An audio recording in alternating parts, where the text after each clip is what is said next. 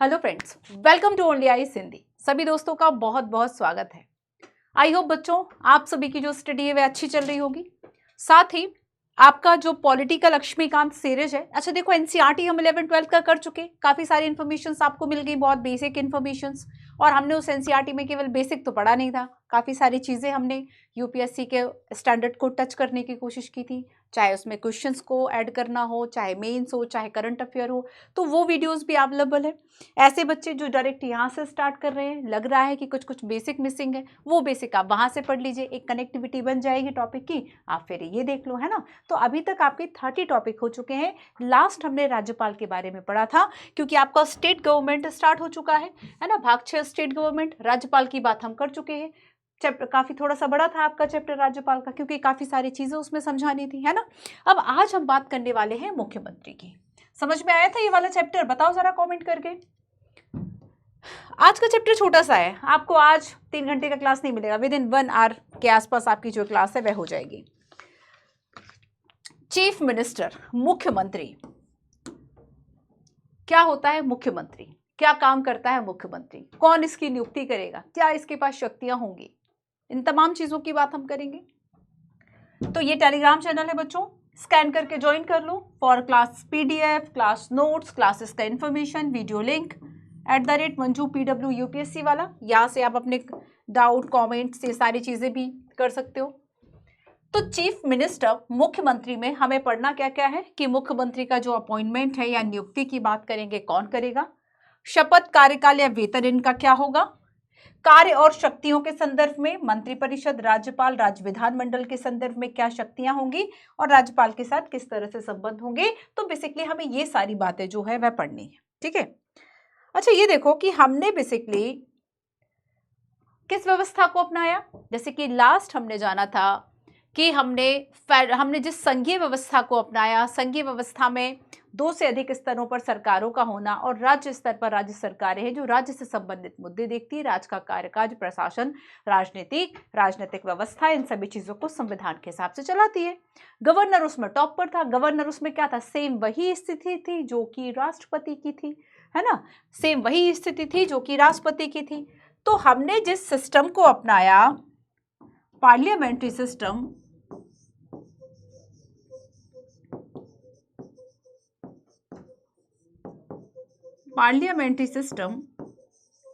संसदीय व्यवस्था।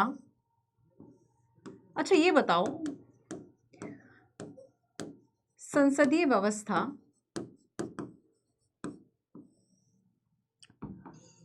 तो संसदीय व्यवस्था में जैसी व्यवस्था हमने केंद्र के लिए अपनाई है, ठीक वैसी ही व्यवस्थाएं हमने राज्य के स्तर पर भी अपनाई हैं, ठीक है। देखो कैसे कि जब हम सेंट्रल लेवल पर बात करेंगे, जब हम केंद्र के स्तर पर बात करेंगे, तो संसदीय व्यवस्था की एक प्रमुख विशेषता क्या है कि हमारे पास 2 प्रधान होते हैं, है ना। तो ये यहां पर हम बात करेंगे बेसिकली कि आखिर जब हम सेंट्रल गवर्नमेंट की बात करेंगे तो हमने केंद्र सरकार में कैसी जो व्यवस्था है उसको अपनाया हुआ है। तो इसमें हमने जाना था कि हमारे पास 2 हेड होते हैं, 2 मुखिया होंगे। एक मुखिया जो कि नाम मात्र का मुखिया होगा, नाम मात्र का मुखिया होगा, या संवैधानिक प्रमुख होगा। नाम मात्र का मुखिया, संवैधानिक प्रमुख, या राज्य का प्रमुख हम कह देते हैं, या राज्य का प्रमुख, है ना। तो ये जो है ये स्थिति किसकी है? राष्ट्रपति की, ठीक है। ये कौन होंगे? राष्ट्रपति होंगे। अब दूसरा देखो, दूसरे नंबर पर बेसिकली कौन आएंगे? तो एक तो ये हो गए, ठीक है। दूसरे जो कि रियल एग्जीक्यूटिव होंगे, दूसरा मुखिया जो कि रियल एग्जीक्यूटिव होगा, वास्तविक प्रमुख होगा, वास्तविक प्रमुख होगा, या जिसे हम सरकार का प्रमुख कह सकते हैं, या जिसे हम सरकार का प्रमुख कह सकते हैं। ये कौन है? Prime minister. प्राइम मिनिस्टर, प्रधानमंत्री, प्राइम मिनिस्टर, प्रधानमंत्री, यही पढ़ा था हमने अभी तक। और अगर अब हम बात करें राज्य के स्तर पर, तो राज्य स्टेट में हमने कैसी व्यवस्था अपनाई? ठीक वैसी ही जैसे कि हमने केंद्र में अपनाई, वही व्यवस्था तो अपनाई। और इसमें हमने क्या किया है? इस व्यवस्था में हमने देखा कि बेसिकली दो प्रमुख होंगे। इस व्यवस्था में दो प्रमुख होंगे, एक जो कि नाम मात्र के होंगे,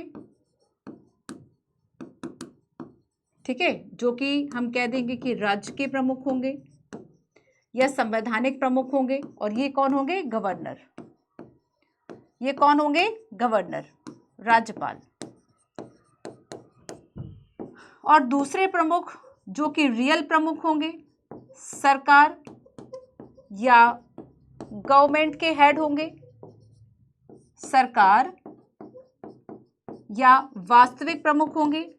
ये राज्य के स्तर पर है, तो राज्य के स्तर पर कौन होंगे? सीएम यानी मुख्यमंत्री। तो सेम व्यवस्था हमने तो ये सेम ही व्यवस्था तो हमने अपनाई है, सेम व्यवस्था ही तो हमने अपनाई है केंद्र और राज्यों के स्तर पर, अपनाई है या फिर नहीं, है ना।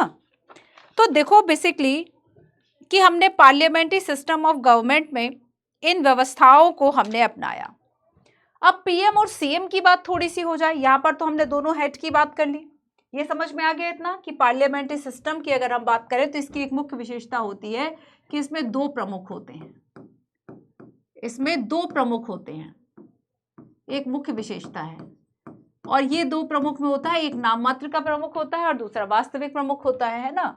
एक क्या होता है? एक नॉमिनल हेड होता है, नाम मात्र का प्रमुख, और दूसरा जो है वह रियल एग्जीक्यूटिव होता है, वास्तविक प्रमुख होता है। तो वास्तविक प्रमुख की हम बात करेंगे तो केंद्र स्तर पर जो स्थिति प्रधानमंत्री की है वही स्थिति राज्य स्तर पर सीएम की है, मुख्यमंत्री की है।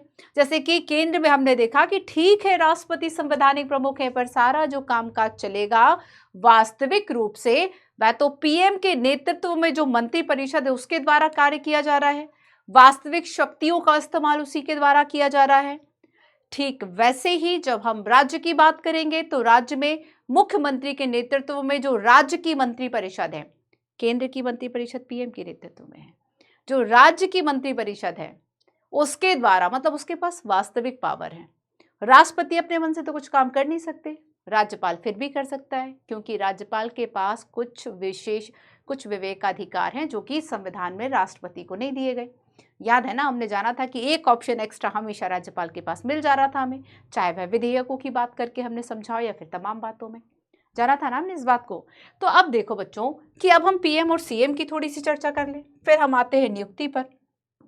तो देखो कि प्रधानमंत्री और मुख्यमंत्री, इनके बीच का थोड़ा सा अंतर और समानताओं की बात कर लें। ये प्रधानमंत्री हो गए और ये मुख्यमंत्री हो गए। तो दोनों में सिमिलैरिटी क्या है? समानता की हम बात करेंगे तो दोनों जो है वह रियल एग्जीक्यूटिव है, दोनों के पास वास्तविक शक्तियां हैं। ये दोनों क्या है? ये दोनों बेसिकली रियल एग्जीक्यूटिव हैं, लेकिन ये अकेले काम नहीं करते। दोनों ही बेसिकली रियल एग्जीक्यूटिव हैं, वास्तविक प्रमुख हैं।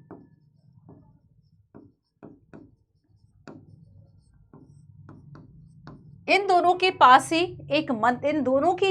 एक मंत्री परिषद होती है जिसके सलाह मशवरे के साथ ये जो काम है वह करते हैं, और ये उस परिषद के अध्यक्ष होते हैं, ये उस मंत्री परिषद के अध्यक्ष होते हैं। तो अच्छा, प्रधानमंत्री के बारे में हमने क्या समझा था कि जो प्रधानमंत्री हैं बेसिकली इनका अपॉइंटमेंट कौन करेगा? ये बात तो यूपीएससी ने भी पूछा था, तो मैं यहाँ पे एक स्टार लगा देती हूँ, है ना। तो यहां पर हमने क्या जाना था कि जो पीएम है, आर्टिकल, दो आर्टिकल हमें इसमें पढ़ने हैं, याद रखने हैं। एक तो आपका होगा 74 और एक होगा आपका 75, है ना। तो आर्टिकल 75 कहता है कि प्रधानमंत्री होगा। आर्टिकल 75 क्या कह रहा है? आर्टिकल 75 में ये कहा गया है कि जो पीएम है, पीएम की नियुक्ति राष्ट्रपति करेंगे।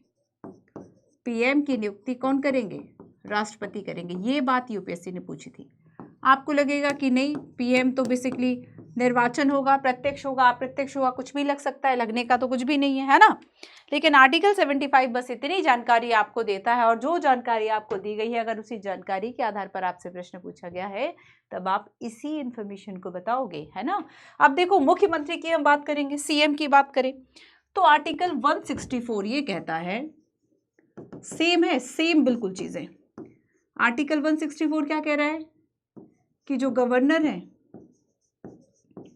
जो राज्यपाल है, गवर्नर या राज्यपाल, ये सीएम को नियुक्त करेंगे, ये मुख्यमंत्री को नियुक्त करेंगे। हालांकि अब दोनों की आगे की कंडीशन सेम हो गई। किसे नियुक्त करेंगे, तो दोनों ही कंडीशन में जो भी बहुमत दल का नेता है उसे नियुक्त करेंगे।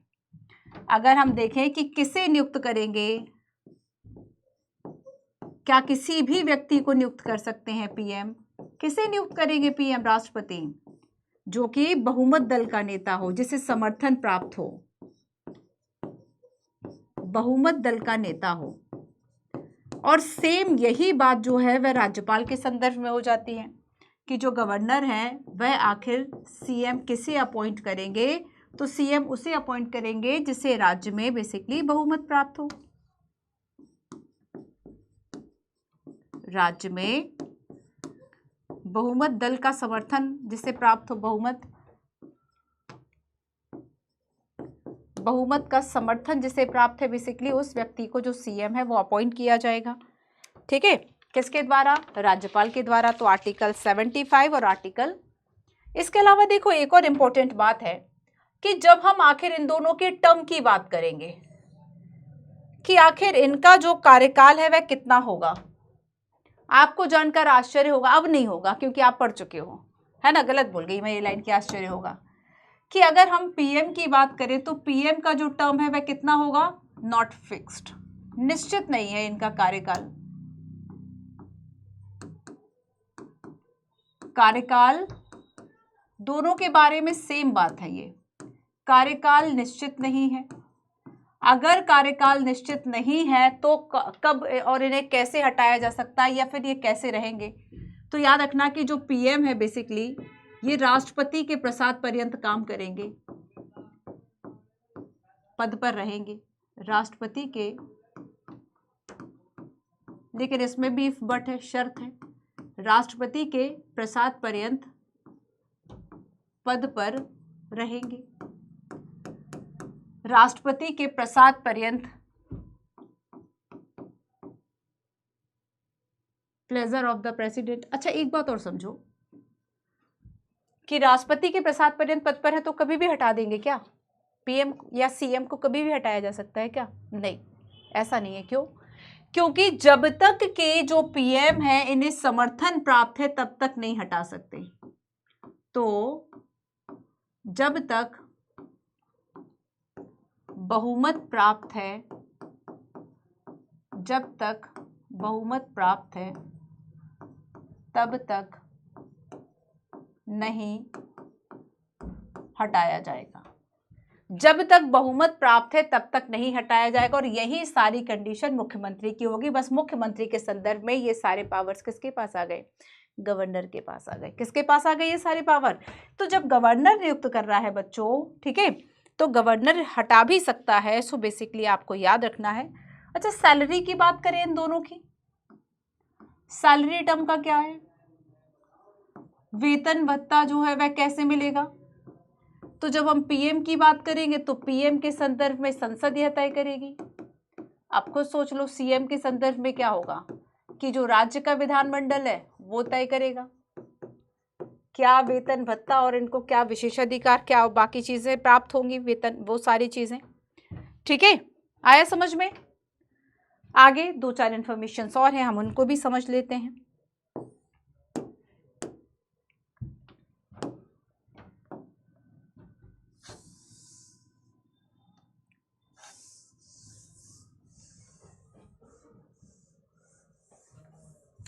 दो चार इंफॉर्मेशंस और है, उसे भी हम समझते हैं। ठीक है, देखो, तो दोनों के बारे में सेम सेम चीजें होगी, इसलिए मैंने आपको शुरू में बता दिया कि क्यों सेम होगी, क्योंकि हमने जिस सिस्टम को अपनाया वो सिस्टम ऐसे ही वर्क करता है। तो अब क्या कर सकते हैं, अब देखो आर्टिकल 74 और आर्टिकल 163 दोनों सेम है।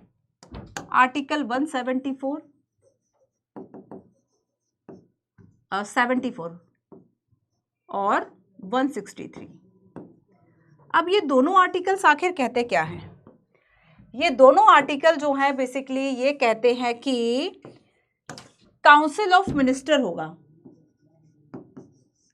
मंत्री परिषद होगी, मंत्री परिषद होगी, ठीक है, मंत्री परिषद होगी जिसका अध्यक्ष किसकी अध्यक्षता में होगी, तो जिसका अध्यक्ष पीएम और सीएम होगा। अब आप खुद समझ जाए कि पीएम और सीएम कहां पर होगा, क्योंकि आर्टिकल 74 जो बात कर रहा है वो केंद्र के संदर्भ में बात कर रहा है, आर्टिकल 163 जो बात कर रहा है वो राज्य के संदर्भ में बात कर रहा है। तो आर्टिकल 74 क्या कह रहा है कि एक मंत्री परिषद होगी राष्ट्रपति को सलाह सहायता के लिए, जिसका कि अध्यक्ष या नेतृत्वकर्ता पीएम होगा। 163 भी सेम बात करता है कि एक मंत्री परिषद होगी राज्य में और जिसका कि अध्यक्ष जो है वह सीएम होगा और ये गवर्नर को एड एंड एडवाइस के लिए होगा, है ना। तो यहाँ पर ये बात भी आप देख लो कि जो केंद्र के संदर्भ में होगी तो ये राष्ट्रपति व राज्यपाल, राष्ट्रपति व राज्यपाल की सहायता व सलाह की सहायता व सलाह हेतु। आगे समझ में। अब एक और आर्टिकल है जो बिल्कुल सेम है, सेम ऐसे ही हमें पढ़ लेना है उसको भी। Article 75, article 75 and article 164। अब देखो इन दोनों चीजों में जो है वह क्या समानता है। देखो इसमें यह कहा गया है बेसिकली 75 और 164 में कि जो अन्य मंत्री हैं, बाकी मंत्रियों की बात की गई, सीएम और पीएम के अलावा केंद्र और राज्यों में अन्य मंत्रियों की नियुक्ति राष्ट्रपति और राज्यपाल करेंगे। अन्य मंत्रियों की नियुक्ति राष्ट्रपति करेंगे ऐसा 75 कहता है, राज्यपाल करेंगे ऐसा 164 कहता है। अब आप सोचेंगे कि बेसिकली ये तो भूमिका पीएम की थी, तो पीएम और सीएम क्या कर रहे हैं, तो जो पीएम है बेसिकली ये नाम बता रहा है, ये बता रहे हैं कि आखिर कौन मंत्री बनेगा, कौन मंत्री होगा, ये तो पीएम बता रहे हैं ना।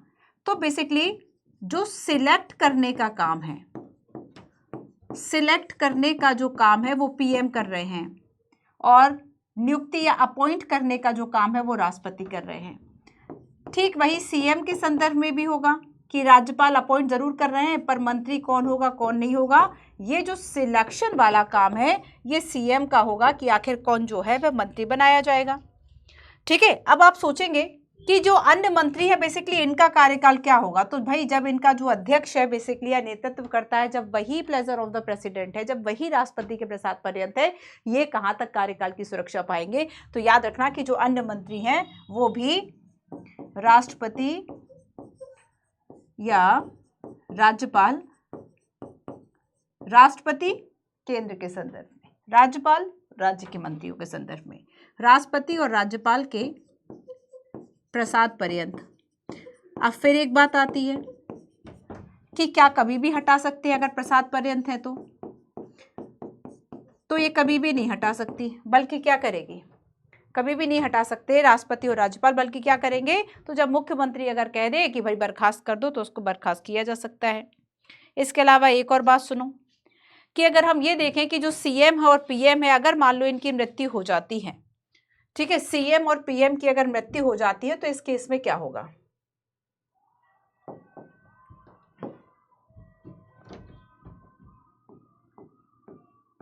पीएम या सीएम की या तो डेथ या इनका रेजिग्नेशन, ठीक है, मृत्यु व त्यागपत्र। तो इस कंडीशन में याद रखना कि जो मंत्री परिषद है, केंद्रीय मंत्री परिषद हो और राज्य मंत्री परिषद हो, मंत्री परिषद स्वतः डिसॉल्व या भंग हो जाएगी, स्वतः भंग हो जाएगी।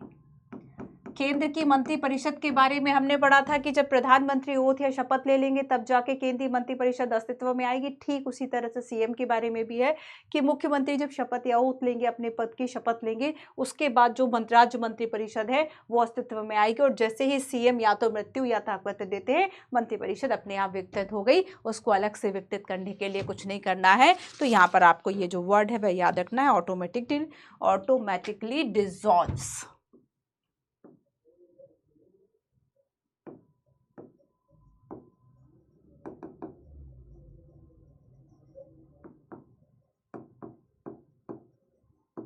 ऑटोमेटिकली डिसॉल्व हो जाएगा जो काउंसिल ऑफ मिनिस्टर होगा। ठीक है, मंत्री परिषद या काउंसिल ऑफ मिनिस्टर की हम बात करें, मिनिस्टर्स की बात करें, ये स्वतः इसका विघटन जो है वह हो जाएगा। तो प्रधानमंत्री को शपथ कौन दिलाएगा? जो नियुक्त करेगा वही शपथ दिला देगा, या अगर वो अवेलेबल नहीं है तो अब शपथ अगला बंदा कौन होगा, ये नियुक्त करने का अधिकार भी उसको ही है। मतलब प्रधानमंत्री के संदर्भ में राष्ट्रपति और मुख्यमंत्री के संदर्भ में राज्यपाल। इतना क्लियर हुआ। अब हम चलेंगे कि आखिर मुख्यमंत्री की नियुक्ति, और काफी सारी चीजें वैसे हम पढ़ चुके हैं, बट कुछ पॉइंट्स और हमें जानने हैं, जैसे कि मुख्यमंत्री की नियुक्ति के बारे में फिर मैं आपसे क्वेश्चन करूंगी, लेकिन पहले एक क्वेश्चन करूंगी, नहीं पहले पढ़ा ही देती हूँ, ठीक है, क्योंकि ये क्वेश्चन थोड़ा सा और आगे जाकर हमें समझना है। देखो, सबसे पहली बात तो ये है कि अगर हम नियुक्ति की बात करें तो क्या संविधान में इसका जो प्रावधान है वह किया गया है? क्या संविधान में बेसिकली जो प्रावधान है वह किया गया है? तो याद रखना कि मुख्यमंत्री बेसिकली की जो नियुक्ति है, मुख्यमंत्री की नियुक्ति का प्रावधान संविधान में नहीं किया गया है। मतलब नियुक्ति कैसे की जाएगी, संविधान इसके बारे में मौन है। संविधान में कुछ नहीं कहा, कोई तरीका वरीका नहीं है ना। फिर भी आर्टिकल बता दिया एक, कौन सा आर्टिकल है? 163 और 164। आर्टिकल 164 इतना कहता है कि जो राज्यपाल हैं बेसिकली वह सीएम को नियुक्त करेंगे। तो आर्टिकल 164 ये कहेगा कि राज्यपाल सीएम को, सीएम पीएम आप समझ लेना, ठीक है, राज्यपाल जो है वह सीएम को नियुक्त करेंगे।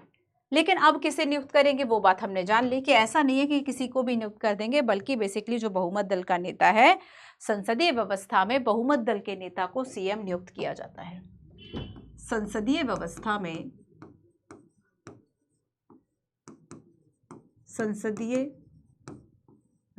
में बहुमत दल का नेता, जिसके पास बहुमत होगा, बहुमत दल का नेता सीएम नियुक्त होगा। ठीक है, ऐसा नहीं कि किसी को भी नियुक्त कर देंगे जिसके पास है वही। लेकिन अब अगर ये कंडीशन है कि बहुमत दल का नेता, अच्छा एक बात बताओ, क्या एक ऐसी कंडीशन हो सकती है जिसमें किसी को बहुमत ना मिले? बहुमत ना मिले किसी एक पार्टी को, किसी एक नेता को, अगर जैसे कि बहुमत नहीं मिला, तब ऐसी स्थिति में क्या होगा? तब राज्यपाल का विवेकाधिकार है, तब राज्यपाल का विवेकाधिकार है सीएम को नियुक्त करना। अब राज्यपाल का विवेकाधिकार, देखो इस कंडीशन में तो क्या है कि संसदीय व्यवस्था में जिसे बहुमत मिला और बहुमत दल का जो नेता है उसे ही सीएम अपॉइंट करेंगे, ये तो उनकी बाध्यता हो गई। लेकिन उनका विवेकाधिकार जानते हो कब काम करता है? जब किसी को भी बहुमत ना मिला हो। ठीक वैसे ही जैसे कि हमने जाना था कि राष्ट्रपति के पास वैसे तो बहुत सारे पावर है, पर राष्ट्रपति की एक और एक्स्ट्रा शक्ति जो है वह एक्टिव हो जाती है जब अस्थिरता हो, या फिर जब गठबंधन टाइप की सरकार हो जाए, या फिर जब किसी एक पार्टी को, किसी एक दल को स्पष्ट रूप से बहुमत ना मिले तो अब नेता कौन होगा, अब प्रधानमंत्री कौन होगा, इस संदर्भ में ये तय करने का अधिकार राष्ट्रपति का है। तो यहाँ पर देखो कि जब बहुमत नहीं मिलता है तो केंद्र के संदर्भ में राष्ट्रपति की शक्तियां जो है वह जागृत हो जाती है और राज्य के संदर्भ में राज्यपाल की जो शक्तियां हैं वह जागृत हो जाती हैं। ठीक है, अब देखो एक और, अगर मान लो सीएम की मृत्यु हो गई, हाँ हमें सारी कंडीशन पढ़नी है, आप सोचेंगे कि मैम आप तो मारने पे तुली हुई हैं। सीएम की अगर मृत्यु हो गई तब ऐसे में क्या होगा, क्या कंडीशन है। देखो जैसे कि जब राजीव गांधी की मृत्यु हुई थी, हम प्रधानमंत्री के संदर्भ में बात करें, या फिर जब इंदिरा गांधी जी की हत्या हुई थी, तब इस संदर्भ में आपने देखा कि पार्टी ने अपना नेता जो है वह जल्दी चुन लिया। तो यहाँ पर क्या होता है कि अगर मान लीजिए सीएम की मृत्यु हो गई तब ऐसी कंडीशन में क्या होगा, तो बेसिकली दल का जो नेता है, दल अपना नेता जल्दी चुन लेता है ना, ताकि पार्टी और चीजें बची रहे। तो जो दल का नेता है, दल का नेता, उसे ही सीएम नियुक्त किया जाता है। अब इसके अलावा कोई विकल्प थोड़ी है, राज्यपाल के साथ का नेता को सीएम नियुक्त किया जाएगा। तो ये कोई विकल्प नहीं है, मतलब ये अंतिम विकल्प है, ध्यान रखना, ये भी नहीं, ये ही विकल्प है ना। अब एक बात आती है कि समटाइम्स किसी को बहुमत नहीं मिला, या फिर जिसे सरकार बनाने के लिए आमंत्रित किया उसे बहुमत सिद्ध करने के लिए कब कहा जाएगा कि मान लो कोई अविश्वास में सरकार है और संसदीय व्यवस्था में ये हमने कहा कि बहुमत दल का नेता सीएम बनेगा, तब ऐसे में बहुमत सिद्ध कब करें, बहुमत सिद्ध कब करें।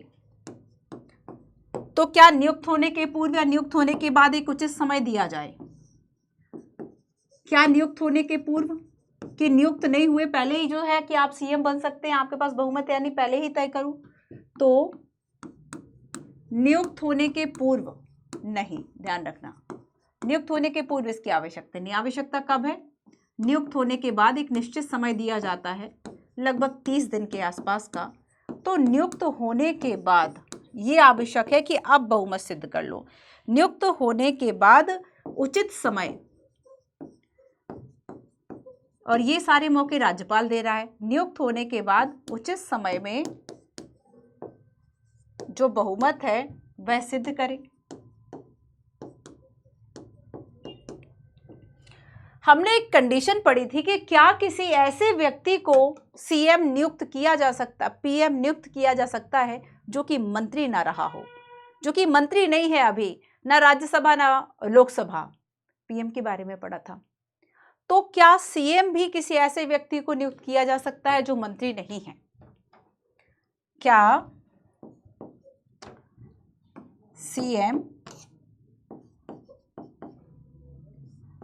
जो मंत्री नहीं है विधानमंडल में, जो मंत्री नहीं है, क्या इसे नियुक्त किया जा सकता है, क्या कंडीशन है, इसका जवाब क्या होगा, जो मंत्री नहीं है क्या उसे सीएम नियुक्त किया जा सकता है, यस। सेम वैसे ही आंसर इन सभी परिस्थितियों के हैं जैसे कि केंद्र के संदर्भ में, वही आंसर राज्य के संदर्भ में भी है।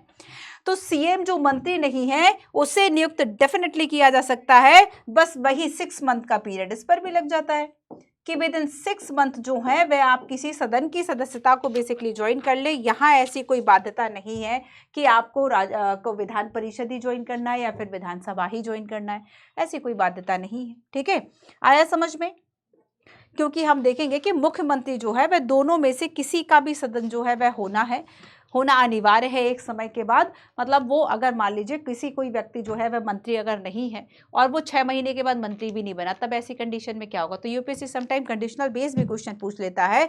तो अगर ऐसा नहीं हुआ तो वो उसका मुख्यमंत्री का जो पद है वो समाप्त हो जाएगा। ठीक है, क्लियर है। अब देखो सरकारी आयोग बना, सरकारी आयोग ने बहुत सारी चीजों पे टिप्पणी दी, सरकारी आयोग ने बहुत सारी चीजों पे टिप्पणी दी और एक टिप्पणी वो मुख्यमंत्री की नियुक्ति के संदर्भ में भी करता है। तो आपको बताना है कि सरकारी आयोग के द्वारा मुख्यमंत्री की नियुक्ति के संदर्भ में बेसिकली क्या विचार है। 3 पॉइंट्स इसमें है, आपको बताना कौन सा स्टेटमेंट सही है। पहली बात, जिस पार्टी को विधानसभा में व्यापक समर्थन मिले उसे सरकार बनाने के लिए बुलाया जाना चाहिए, यस एग्जैक्टली। यदि विधानसभा में किसी एक दल के पास पूर्ण बहुमत हो तो उस दल के नेता को स्वतः मुख्यमंत्री बनने के लिए कहा जाए। ये तो एकदम ऑटो पायलट टाइप की व्यवस्था हो गई।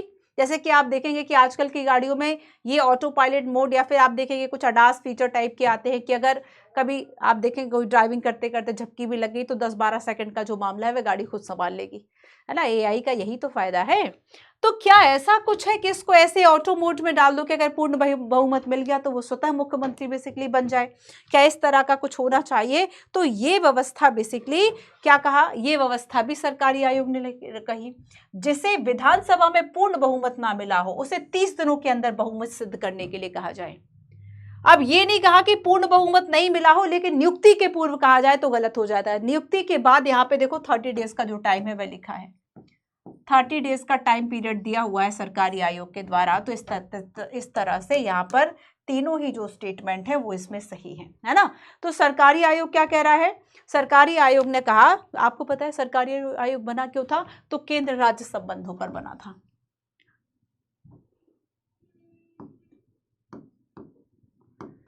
केंद्र राज्य संबंधों पर कब बना था? अब तो याद ही हो जाना चाहिए, इतनी बार मैंने बता दिया। 83 में बना था, 88 में अपनी रिपोर्ट सौंपी थी। ठीक है, चलिए अब हम नेक्स्ट आते हैं कि आखिर सीएम के जो कार्य और शक्तियां हैं वह क्या होंगी। शपथ, कार्यकाल, वेतन की बात हमने सबसे शुरुआत में कर ली, है ना। अच्छा, एक बात और याद रखो कि अगर हम शपथ की बात करें तो क्या ये पद और गोपनीयता की शपथ लेते हैं? बिल्कुल लेते हैं। गोपनीयता की शपथ का मतलब है वह ये कहते हैं कि बेसिकली कोई ऐसा विषय होगा जो राज्य के मंत्री के रूप में मेरे विचार के लिए पेश किया जाएगा, तो मैं बेसिकली किसी व्यक्ति या व्यक्तियों से जब तक कि ऐसा आवश्यक ना हो शेयर नहीं करूंगा। तो थोड़ा सा एक प्राइवेसी की बात यहाँ पर की गई। तो पद और गोपनीयता की शपथ वह लेते हैं। संविधान के प्रति सच्ची श्रद्धा रखूंगा, निष्ठा रखूंगा, ये तो शपथ सभी लेते हैं, है ना। भारत की प्रभुता, एकता, अखंडता, अपने दायित्वों का पालन करूंगा, भय पक्षपात के बिना अपने कर्तव्यों का निर्वहन करूंगा। तो ये 4 पॉइंट्स है बेसिकली, इन 4 पॉइंट्स पे काम करेंगे वो, शपथ लेंगे वो, है ना। क्लियर है? चलिए अब हम मुख्यमंत्री के कार्य व शक्तियों की बात करें तो बेसिकली इन्हें 3 तरह की जो शक्तियां हैं वह हैं। कुछ मंत्री परिषद के संबंध में है क्योंकि अब मंत्री परिषद का तो हेड ही है सीएम। तो मंत्री परिषद के संदर्भ में क्या है? मंत्री परिषद के संदर्भ में अगर हम देखेंगे, मंत्री परिषद के संदर्भ में देखो, चूंकि हमने देखा कि जो काउंसिल ऑफ मिनिस्टर है या जो मंत्री परिषद है किसकी अध्यक्षता में होगी? अध्यक्षता कौन करेगा? सीएम करेगा। सीएम से तो समझ ही रहे होंगे आप, चीफ मिनिस्टर, मुख्यमंत्री लिखने की तो आवश्यकता है नहीं। तो यहां पर बच्चों ये कहा गया कि बेसिकली हमने जाना कि मुख्यमंत्री राज्य मंत्री परिषद का मुखिया है। सीएम क्या है? राज्य मंत्री परिषद की अगर हम बात करें तो ये इसकी अध्यक्षता कह लो या इसका मुखिया कह लो। तो मंत्री परिषद में शामिल कौन होंगे? मंत्री परिषद में जो मंत्री हैं इन्हें नियुक्त करने का काम सीएम का होगा। माफ कीजिएगा, नियुक्त शब्द आएगा या फिर चयन शब्द आएगा? बेसिकली सिलेक्ट कर ले कि मंत्री कौन होगा। सिलेक्ट करने का काम सीएम का है क्योंकि आगे का जो काम है अपॉइंट करने का या नियुक्त करने का, ये तो गवर्नर के पास चला गया। ये काम तो किसके पास है? तो गवर्नर क्या किसी को भी नियुक्त कर देगा? तो नहीं, गवर्नर या राज्यपाल केवल उसी व्यक्ति को ही, राज्यपाल जो है केवल उसी व्यक्ति को मंत्री नियुक्त करता है जो कि सीएम बता दे कि ये है। ठीक है, चलो नेक्स्ट हम देखेंगे कि बेसिकली ये जो मंत्री है ना, बेसिकली अगर हम बात करें कि किस मंत्री के पास कौन सा विभाग होगा, कौन सा जो मंत्री है किस विभाग का प्रमुख होगा, तो विभागों का आवंटन और उसको शफल करना, किसी का विभाग बदलना है, इसमें कोई फेरबदल करनी है, ये काम भी सीएम करेगा। अगर इस मंत्री को बर्खास्त करना है तो राज्यपाल बर्खास्त कर देंगे, पर बर्खास्तगी की तो सिफारिश जो है वह तो सीएम ही कर रहे हैं। इसके अलावा अगर ये मंत्री हटना चाहे तो क्या करे? ये सीएम को जो है वह बेसिकली त्यागपत्र दे दे। त्यागपत्र देकर ये अपने दायित्व से, ये अपने पद से जो है वह मुक्त हो सकता है ना। इसके अलावा देखो कि मंत्री परिषदों की अगर हम बैठकों की बात करें तो मंत्री परिषद के अध्यक्ष के रूप में ये जो बैठकों की अध्यक्षता है बेसिकली वह करेगा, है ना। मंत्रियों के क्रियाकलापों में बेसिकली सहयोग नियंत्रण का काम ये करेगा, सहयोग, समन्वय व नियंत्रण। ये काम किसका है? ये काम सीएम का है, ठीक है। इसके अलावा अगर सीएम जो है वह त्यागपत्र दे दे, अगर सीएम त्यागपत्र दे तो संपूर्ण राज्य मंत्री परिषद भी हट जाएगी, तो संपूर्ण राज्य मंत्री परिषद को त्यागपत्र देना पड़ेगा। ठीक वैसी ही तो बात है जैसे कि पीएम के संदर्भ में है ना। तो सीएम चूंकि मुखिया है तो ये क्या करेगा? राज्य, सीएम चूंकि मुखिया है तो मंत्री परिषद की बैठकों की अध्यक्षता करेगा, बैठकों की अध्यक्षता करेगा, ठीक है। क्लियर है इतना? तो एक हमने पढ़ लिया कि आखिर मंत्री परिषद के संदर्भ में क्या क्या शक्तियां इनके पास होंगी। अब हम दूसरी बात पढ़ते हैं कि आखिर राज्यपाल के संदर्भ में क्या क्या शक्तियां इनके पास हैं। राज्यपाल के संदर्भ में, है ना, ये तो हमारा फर्स्ट हो गया। दूसरा हम राज्यपाल के संदर्भ में पढ़ते हैं। देखो तो बेसिकली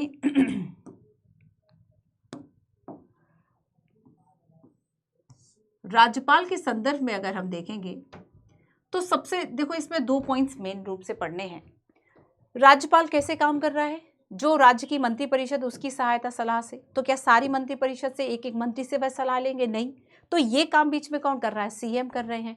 तो यहाँ पर राज्यपाल के संदर्भ में अगर हम देखेंगे तो याद रखना कि इसमें फर्स्ट पॉइंट ये होगा कि जो सीएम है वो बेसिकली क्या कर रहे हैं? एक कड़ी के रूप में कार्य कर रहे हैं। एक कड़ी इन सेंस कि ये आपका मंत्री परिषद है, मंत्री परिषद की जो भी जानकारियां, सूचनाएं और सारी चीजें हैं, ये सारी चीजें गवर्नर या राज्यपाल तक पहुंचाना, और गवर्नर को जो सलाह सहायता यहाँ से चाहिए वो सीएम के द्वारा मिलती है, वो सीएम के द्वारा मिलती है। ठीक वैसे ही जैसे कि हम पीएम की बात करते हैं कि जो पीएम है वह राष्ट्रपति और केंद्रीय मंत्री परिषद के बीच की एक कड़ी के रूप में कार्य करते हैं। क्लियर है? तो यहाँ पर देखो बेसिकली कि राज्यपाल जो है वह मंत्री परिषद के बीच में एक संवाद का प्रमुख तंत्र है। सीएम जो है वह क्या है? संवाद का प्रमुख तंत्र है, संवाद का प्रमुख तंत्र है। तो राज्यपाल किस तरह की सहायता चाहते हैं, किसी विषय पे कोई जानकारी चाहते हैं, ये सारी चीजें, या मंत्री परिषद की कोई जो जानकारी है ये देना किसका कर्तव्य होगा? ये बेसिकली कर्तव्य जो है वह सीएम का होगा। और ऐसा नहीं है कि ये कर्तव्य वो चाहें तो दे, ना चाहें तो ना दें। याद रखना कि बेसिकली मुख्यमंत्री का ये संवैधानिक दायित्व है। आर्टिकल 167 ऐसा कहता है, आर्टिकल 167, आर्टिकल 167 ऐसा कहता है कि सीएम का दायित्व है राज्यपाल को सूचना देना, राज्यपाल को जानकारी देना, चाहे वह मांगे तो जानकारी देना या वैसी भी जानकारी देना, खुद से भी जानकारी देना। तो ये उनका, चूंकि आर्टिकल में लिखा है भैया, संविधान में लिखा है, तो संवैधानिक दायित्व है। अगर यूपीएससी ने क्वेश्चन पूछा कि ये विवेकाधीन दायित्व है, नहीं, विवेकाधीन जब होता जब चाहे तो दे, चाहे तो ना दे, वो मेरी मर्जी वाला गाना गाते हैं ना, चाहे मैं इन्फॉर्मेशन दूं चाहे मैं इन्फॉर्मेशन ना दूं, मेरी मर्जी। बट वो मेरी मर्जी यहाँ पर नहीं चलती, यहाँ पर तेरी मर्जी नहीं चलेगी। यहाँ पर क्या होगा कि बेसिकली संविधान में लिखा हुआ है, संवैधानिक दायित्व है। इसलिए अगर ऐसी कोई, हम देखेंगे कि अगर मान लीजिए कोई विधेयक जो है वह मंत्री परिषद में के अंतर्गत विचाराधीन है, लेकिन राज्यपाल को क्यूरियोसिटी है कि मेरे को जानना है, तब भी बताओ, और आपका संवैधानिक दायित्व है इसलिए भी बताओ। ठीक है, अगर कोई विधेयक हो चुका है, विधेयक के संबंध में कोई जानकारी वो खुद से मांगते हैं, वो विचाराधीन नहीं है, तब भी बताओ। ठीक है, तो यहाँ पर ये सारी विषय।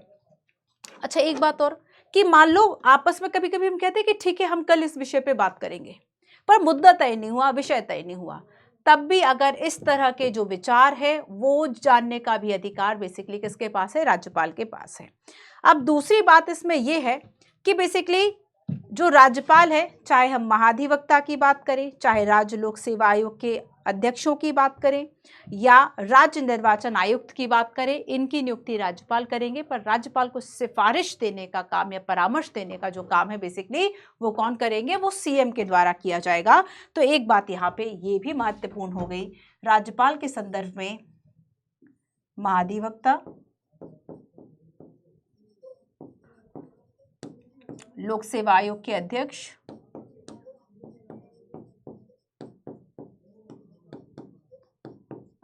लोक सेवा आयोग के अध्यक्ष व सदस्य, लोक सेवा आयोग के अध्यक्ष व सदस्य और राज्य निर्वाचन आयुक्त और राज्य निर्वाचन। तो बेसिकली इनकी नियुक्ति का जो काम है, इनकी नियुक्ति राज्यपाल करेंगे।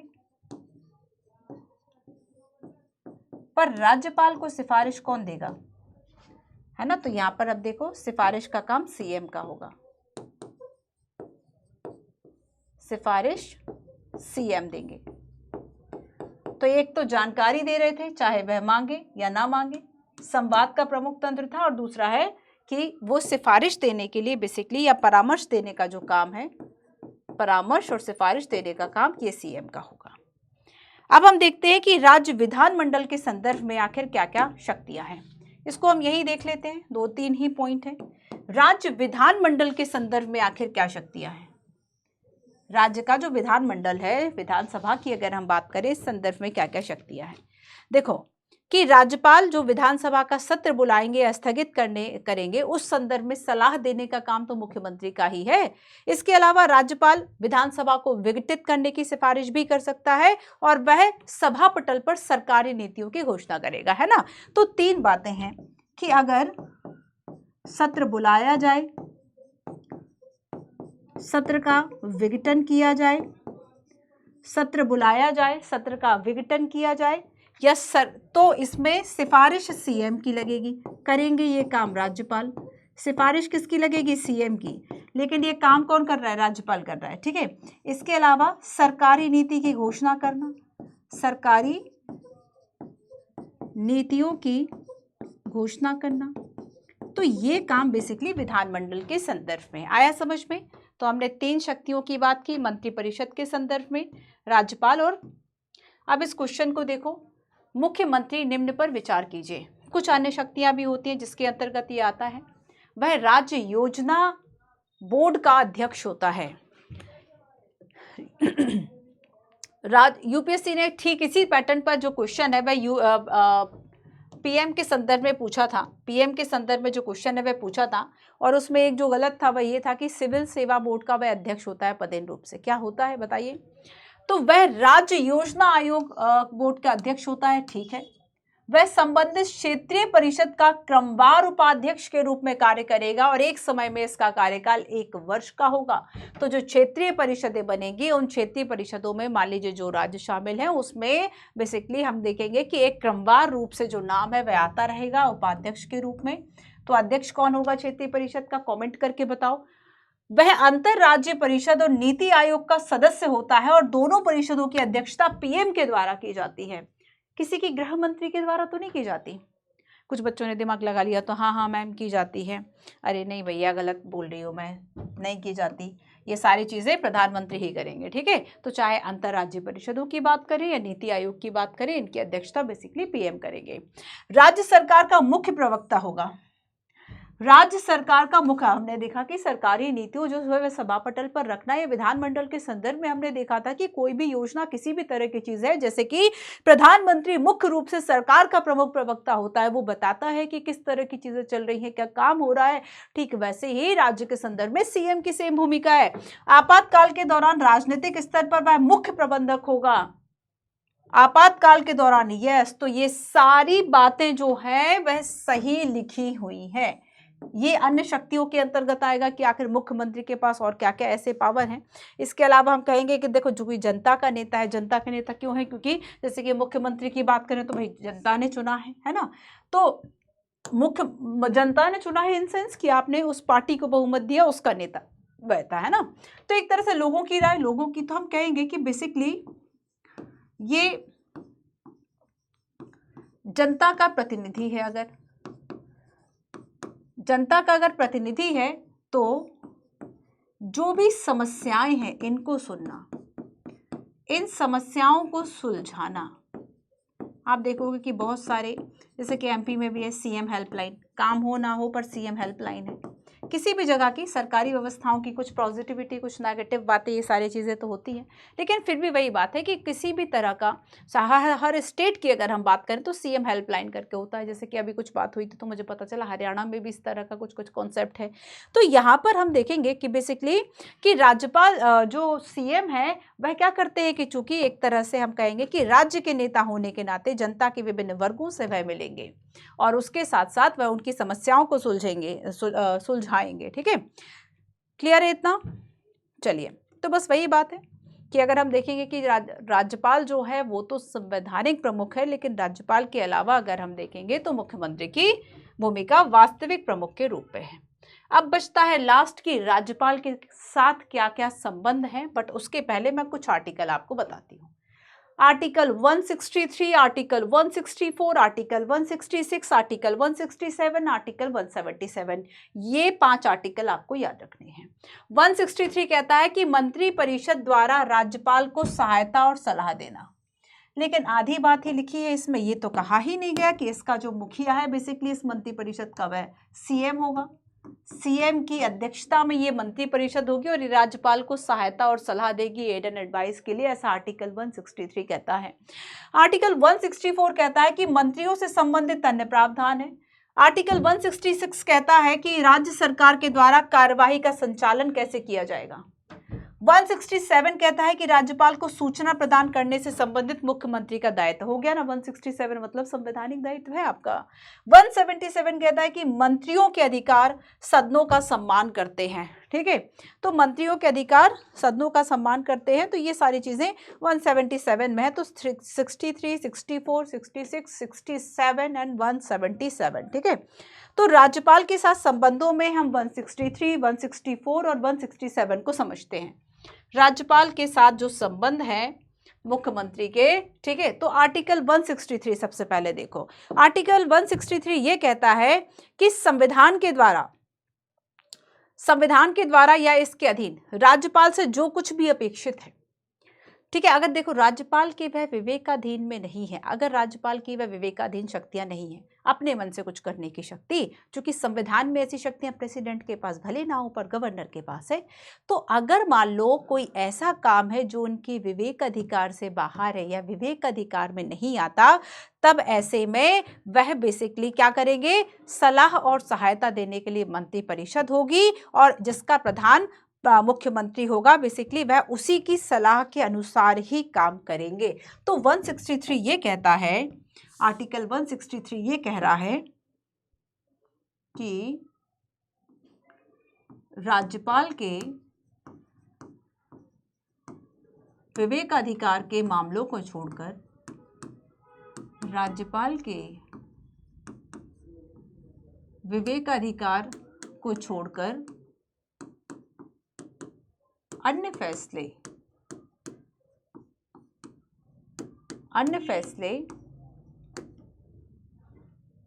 राज्य मंत्री परिषद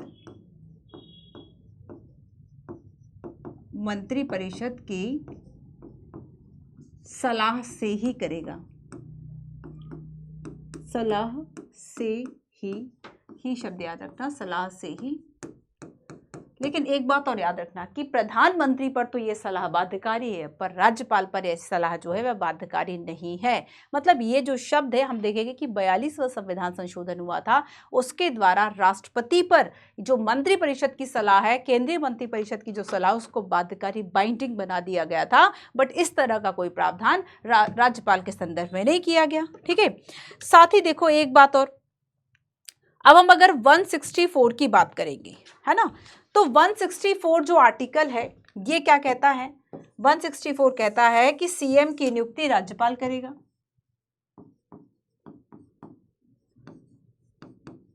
सीएम की नियुक्ति राज्यपाल करेंगे। फिर इसके बाद सीएम बताएंगे कि ये अन्य मंत्री हैं, अन्य मंत्रियों के नाम, ठीक है, अन्य मंत्रियों के नाम जो है वे सीएम सिलेक्ट कर रहे हैं, और इन मंत्रियों की भी नियुक्ति जो है वह बेसिकली कौन करेंगे, राज्यपाल करेंगे, ठीक है। इसके अलावा देखो कि ये जो मंत्री हैं और सीएम हैं ये राज्यपाल के प्रसाद पर्यंत, अगर कहीं राष्ट्रपति लिखा हो तो गलत मान लेना, राज्यपाल के प्रसाद पर्यंत, राज्यपाल के प्रसाद पर्यंत पद धारण करेंगे, ठीक है। और एक बात और कि अगर हम सभी मंत्रियों की बात करें तो ये सामूहिक रूप से किसके लिए जिम्मेदार होंगे, तो मंत्री परिषद की सामूहिक जिम्मेदारी विधानसभा के प्रति होगी। विधानसभा जो कि राज्य विधानमंडल का निम्न सदन है, ये बात ठीक वैसी ही होगी जैसे कि केंद्रीय मंत्री परिषद जो है वो लोकसभा के प्रति सामूहिक रूप से जिम्मेदार है।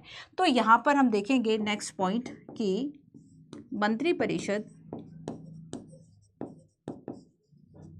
सामूहिक रूप से, मंत्री परिषद सामूहिक रूप से विधानसभा, ध्यान रखना विधानसभा यानी निम्न सदन है ना, विधानसभा के प्रति, अगर मैं कहूं व्यक्तिगत रूप से ये तो सामूहिक हो गई, व्यक्तिगत रूप से तो राष्ट्रपति के ही प्रति, क्योंकि राष्ट्रपति के ही तो प्रसाद पर्यंत है,